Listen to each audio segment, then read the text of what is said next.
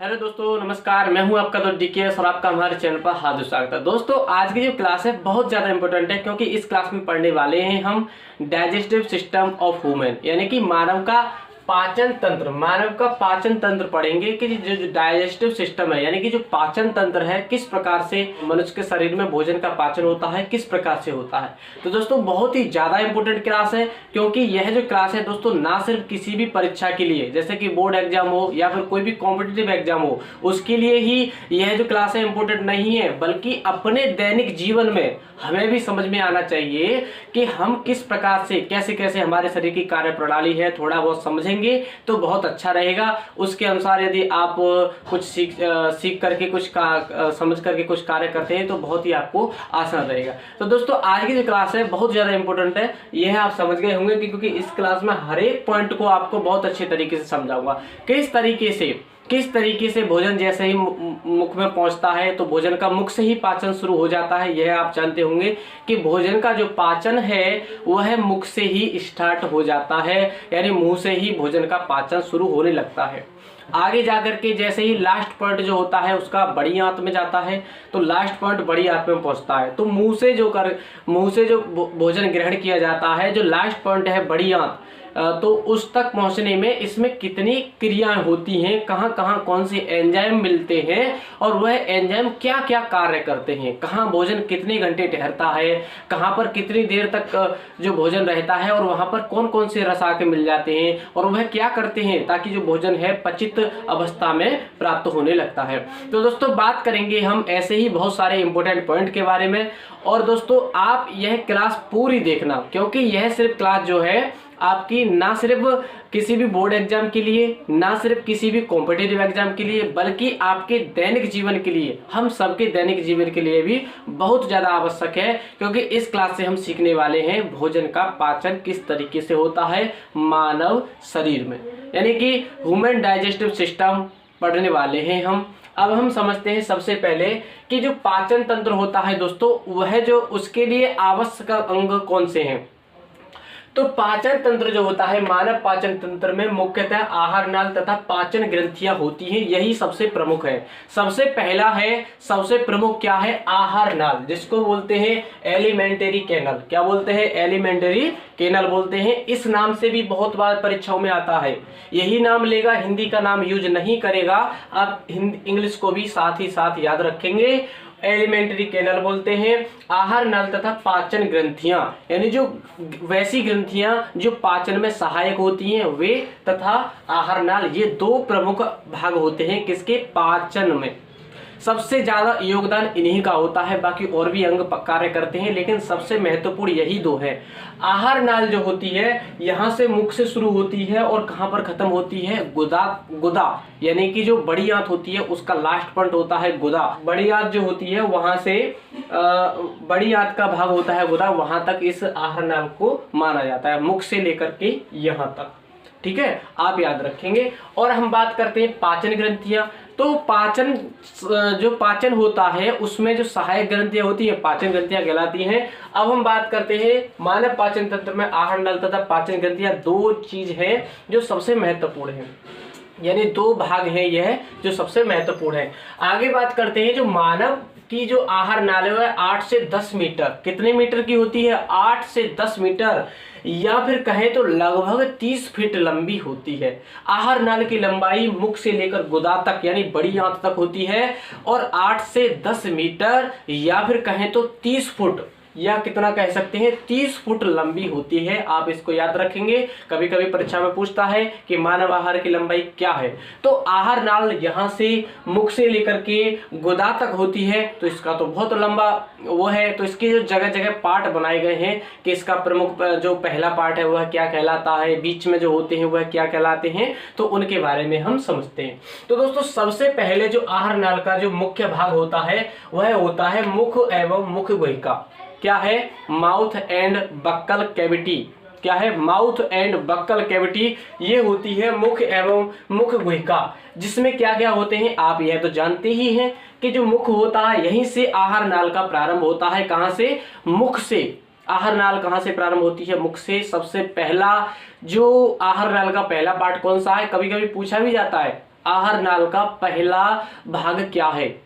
तो मुख है, मुख गुहिका है, बक्कल कैविटी, जो बक्कल कैविटी है या फिर माउथ है, उसी को हम क्या कहते हैं? आहार नाल का पहला भाग। तो आप तो यह जानते ही है कि मुख में दांत होते हैं, जिह्वा यानी कि जीभ होती है।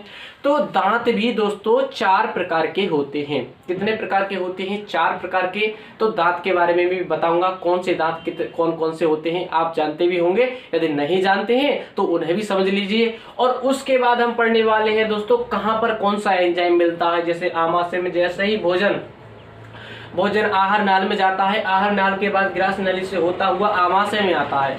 कहाँ आता है? सबसे पहले मुख में जाएगा। मुख में कुछ एंजाइम आएंगे जो कुछ इसमें क्रिया करेंगे। वहां पर भोजन की कुछ क्रिया करने के बाद ग्रास नली से होता हुआ, ग्रसनी से होता हुआ कहाँ पर आ जाता है? आमाशय में आता है। और आमाशय के पश्चात कहाँ आता है? छोटी आंत में आता है। छोटी आंत में आने का पश्चात ही बड़ी आंत में आता है। तो दोस्तों यहाँ पर आने तक कितने कितने एंजाइम आमाशय में पहुंचता है, वहां बहुत सारे एंजाइम मिल जाते हैं। इसमें अग्नाशय से अलग एंजाइम निकलते हैं। जो पित्ताशय होता है यहाँ पर भी एक एंजाइम आता है, जहां पर पित्तरस जो बोलते हैं यकृत से निकलता है। तो यहाँ पर कौन कौन से कार्य करते हैं, कौन कौन से एंजाइम मिल करके कौन कौन सी क्रिया द्वारा, जैसे यहाँ पर आमाशय में भोजन आएगा तो वहां पर जो भोजन कौन सी अवस्था तक पहुंचेगा, यानी कि भोजन का पाचन है कहाँ तक हो जाएगा या फिर कैसा रहेगा भोजन। लगभग 3 से 4 घंटे आमाशय में भोजन रहता है। उसके पश्चात पहुंचता है छोटी आंत में। और छोटी आंत के भी कई भाग हैं। छोटी आंत के सबसे पहले किसमें पहुंचता है? ग्रहणी में। किसमें पहुंचता है? ग्रहणी में। तो ऐसा ही सारा सिस्टम में आपको एक सीरीज के अनुसार समझाऊंगा।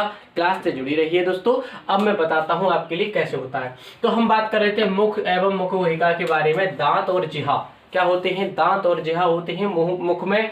तो दांत जो होते हैं दोस्तों 4 प्रकार के होते हैं। नंबर 1 होते हैं कृंतक। क्या होते हैं? कृंतक। दूसरे होते हैं रदनक।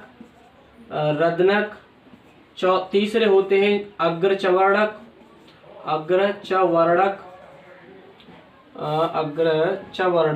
क्या होते हैं? अग्रचवर्णक होते हैं। और चौथे जो होते हैं वह होते हैं चवर्णक। क्या होते हैं?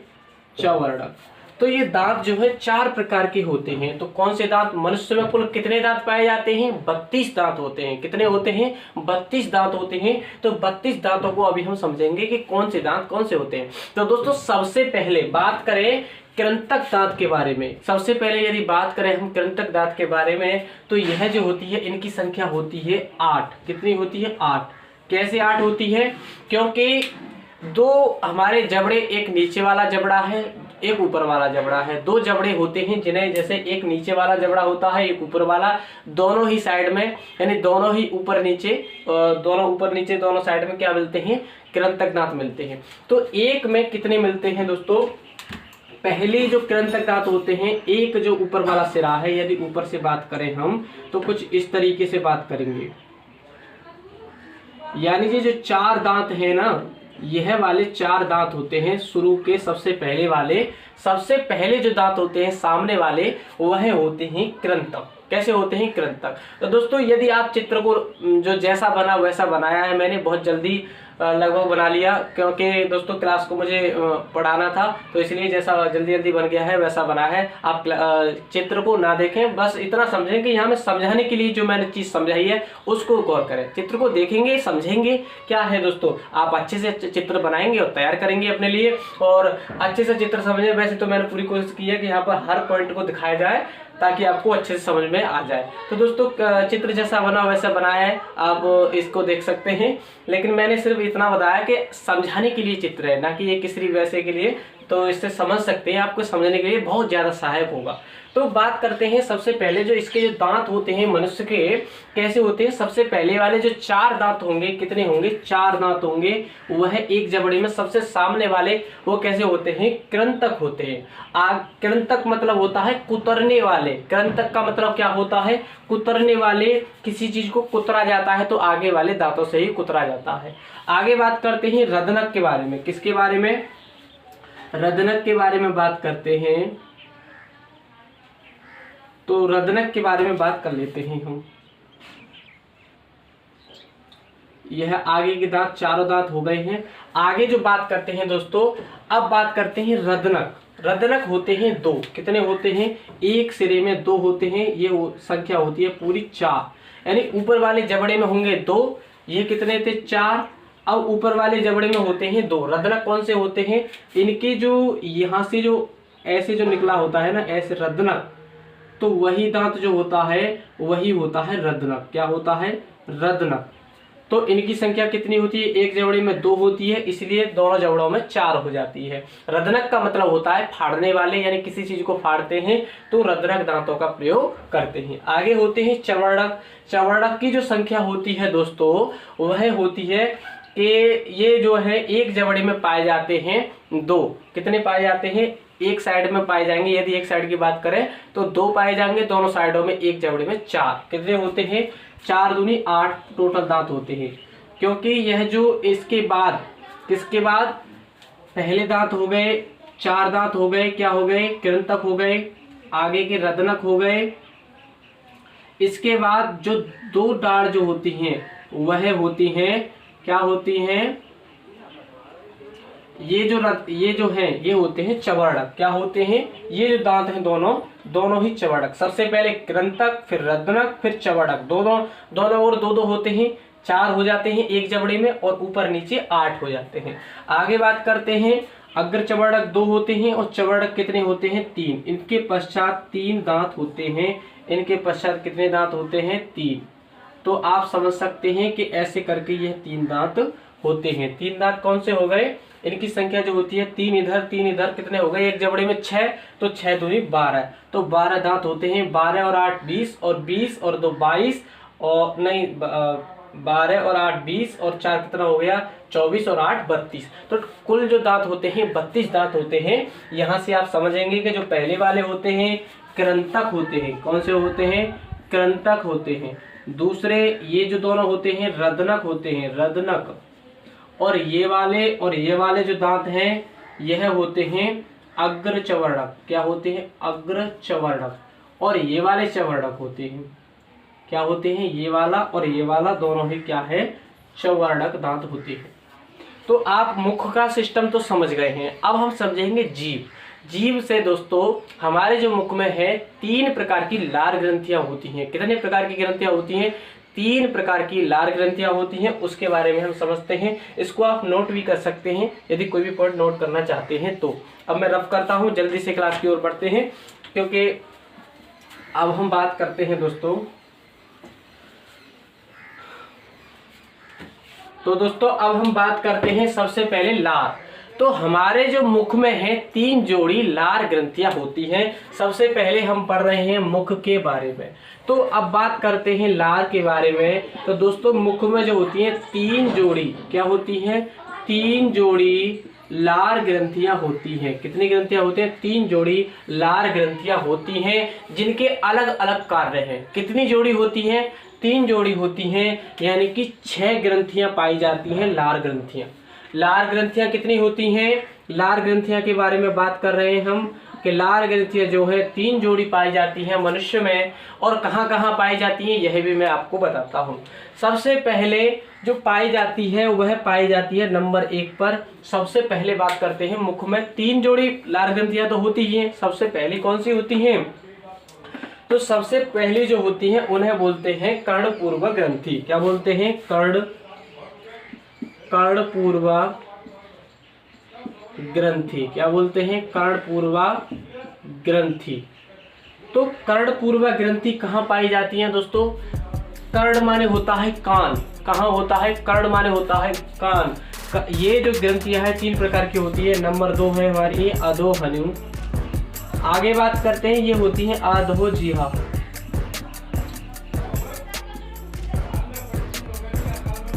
अधोजिह्वा ग्रंथि।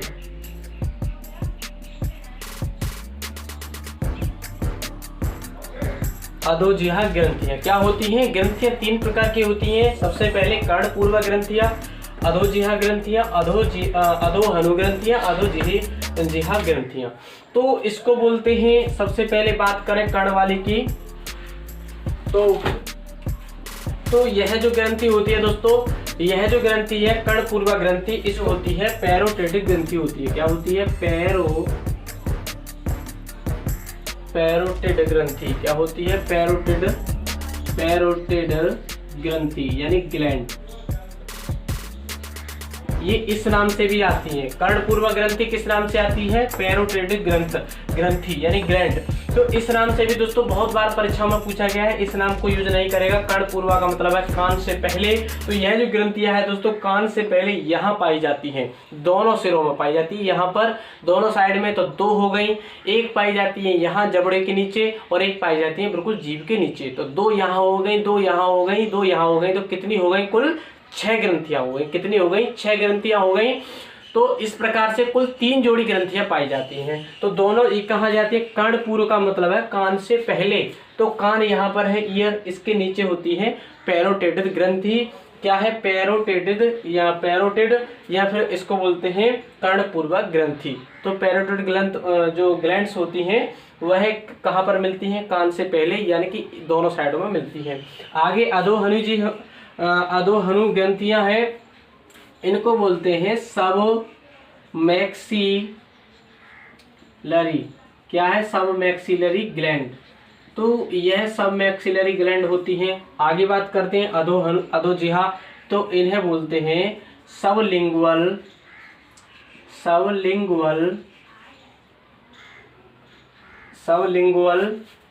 ग्लैंड। क्या बोलते हैं? Sublingual glands. तो आप समझ गए हैं कि अधोहनु ग्रंथियों को क्या कहते हैं? सब मैक्सिलरी ग्लैंड, जबकि अधोजिह्वा को बोलते हैं सबलिंगुअल ग्लैंड। इस नाम से भी यह ग्रंथियां पाई जाती हैं। कर्णपूर्व ग्रंथि कान से पहले पाई जाती है। अधोहनु ग्रंथियां जो हैं जबड़ों के नीचे यहाँ पाई जाती हैं। यदि बात करें तो यहाँ जैसे ही जबड़ा होता है तो यहाँ कुछ इस तरीके से पाई जाती है। दोनों ग्रंथियां होती हैं, दोनों ओर होती हैं। अधोजिह्वा ग्रंथियां हैं बिल्कुल जीभ के नीचे पाई जाती हैं, जैसे यहाँ पर दिखाई दे रही हैं आपको, जीभ के बिल्कुल नीचे ही पाई जाती है अधोजिह्वा ग्रंथियां। कौन सी? अधोजिह्वा ग्रंथियां। चलिए दोस्तों अब हम बात करते हैं। अब हमने पढ़ लिया है कि सबसे पहले भोजन पहुंचता है मुख में, मुख के बाद जो भोजन पहुंचता है ग्रास नली में, ग्रास नली के बाद भोजन पहुंचता है आहार नाल में, आहार नाल के बाद भोजन पहुंचता है आमाशय में, आमाशय के बाद पहुंचता है दोस्तों छोटी आंत में, और छोटी आंत के पश्चात भोजन पहुंचता है बड़ी आंत में। तो सबसे पहले यहाँ पर जो मुख में गया था इसमें कौन कौन से एंजाइम निकले थे, कौन कौन से एंजाइम प्राप्त हुए थे, उनको समझते हैं। और ग्रसनी में कौन कौन से एंजाइम पाए जाते हैं? ग्रास नली में आहार, यानी कि जो ये ग्रास नली जो है, यहाँ पर हमने आहार नाल लिखा है, पूरी आहार नाल है, लेकिन यहाँ पर ग्रास नली लिखेंगे। या ग्रास नली क्या है? ग्रास नली, आहार नाल तो पूरी ही है। तो यहाँ पर ग्रास नली जो होती है, ग्रास नली में तो ग्रास नली से होता हुआ भोजन कहाँ पहुँचता है? आमाशय में पहुँचता है। आमाशय में कौन कौन से एंजाइम आते हैं जो कि इस पर कार्य करते हैं, ऐसा बहुत जल्दी हम इस क्लास में पढ़ रहे हैं। अब हम समझते हैं कि जो आमाशय होता है, आमाशय के बारे में पढ़ लेते हैं। तो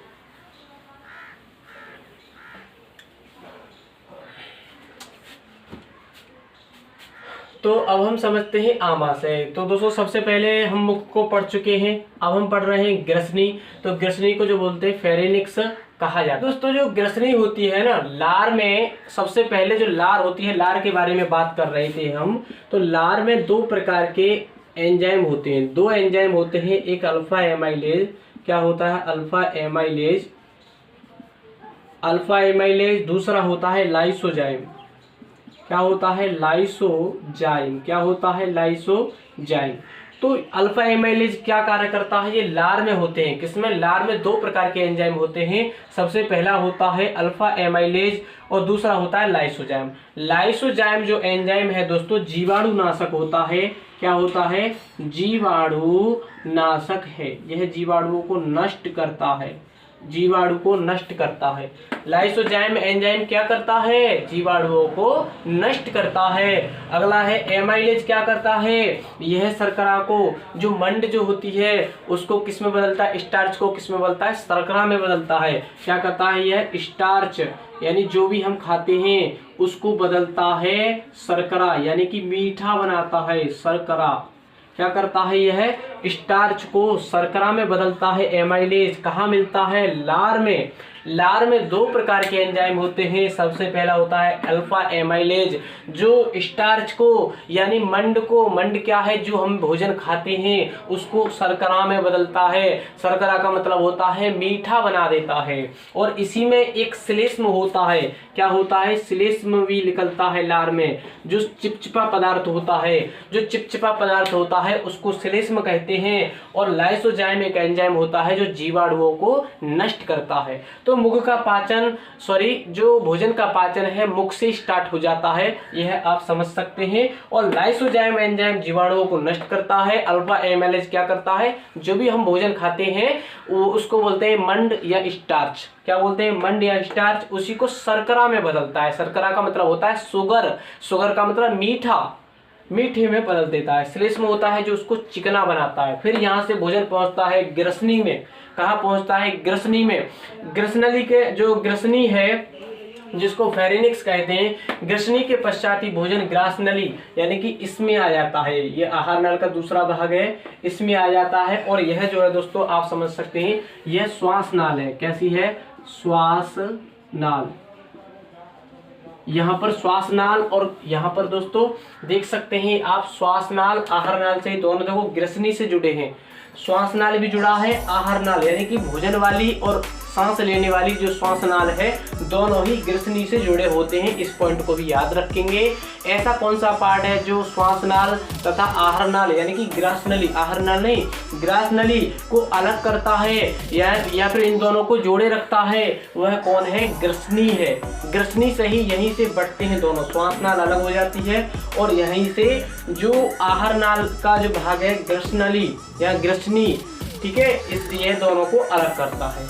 अब ग्रसनी के पश्चात यहाँ पर दोस्तों ग्रसनी में आप समझ गए हैं क्या है? यहाँ पर मुख में श्लेष्म है और अल्फा एमाइलेज है और लाइसोजाइम एंजाइम है। आगे बात करते हैं कि यह जो भोजन है दोस्तों ग्रास नली में जैसे ही भोजन पहुंचता है तो ग्रास नली में कोई भी एंजाइम नहीं होता। यहाँ पर भोजन का कोई भी पाचन नहीं होता। इस पॉइंट को आप लिख लेंगे। क्या लिखेंगे? ग्रास नली में कोई एंजाइम